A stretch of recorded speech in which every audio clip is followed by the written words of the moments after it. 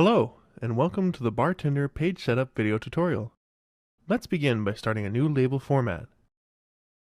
If you have an existing label you would like to use as a template, you can do so with the existing label format button. The blank label format option is already selected. Click the next button below to continue. Here you can see a list of installed printers. Note the document and printer properties on the right-hand side of the wizard. Any changes made in the document properties are specific to this label format, while changes made in printer properties affect all labels that use this printer. You'll notice that the default printer is already selected. I'm going to pick a different printer for this label. Select your printer and click Next. Here you have the option to specify a custom size for your label, or you may choose from a list of popular predefined stocks. For this label, choose Specify Custom Settings and click Next to continue. If you are using a stock with multiple labels per sheet, like those used in laser printers, you could select the number of columns and rows at this point. For now, choose Single Labels and click Next. Most labels use a thin paper backing to hold the labels together. This results in an unused portion of paper outside the label that will not be printed on. By clicking on the left and right boxes, you can see small arrows showing where the adjustment will be made. The default of 1/20th of an inch or 1.27 millimeters is already selected. Click Next to continue. Here you see 4 different shapes to choose from.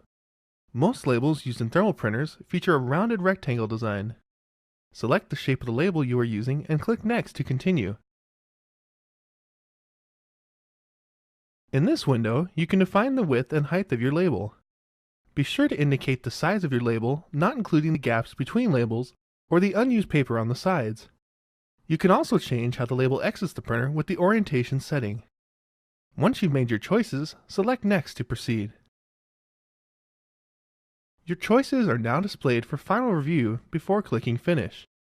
If everything looks correct, click Finish to create your label.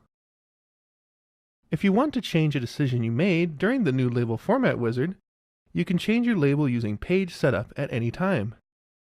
There are several ways to reach Page Setup. You can double-click on your label, click once on the Page Setup button in the toolbar, or you can go to the File menu and select Page Setup. Here in the Page tab, you can make changes to the page size or orientation of your label. Using the Layout tab, you can modify the number of rows and columns in use, and make changes to your margins. There are also tabs for modifying the shape of your label or adding a border. If your label requires a background, or if you have a picture of a pre-printed label you would like to use as a guide, you can add that in the Background tab located at the top right. Choose OK at the bottom of the window when you are finished making your changes to see them take effect. Thank you for watching.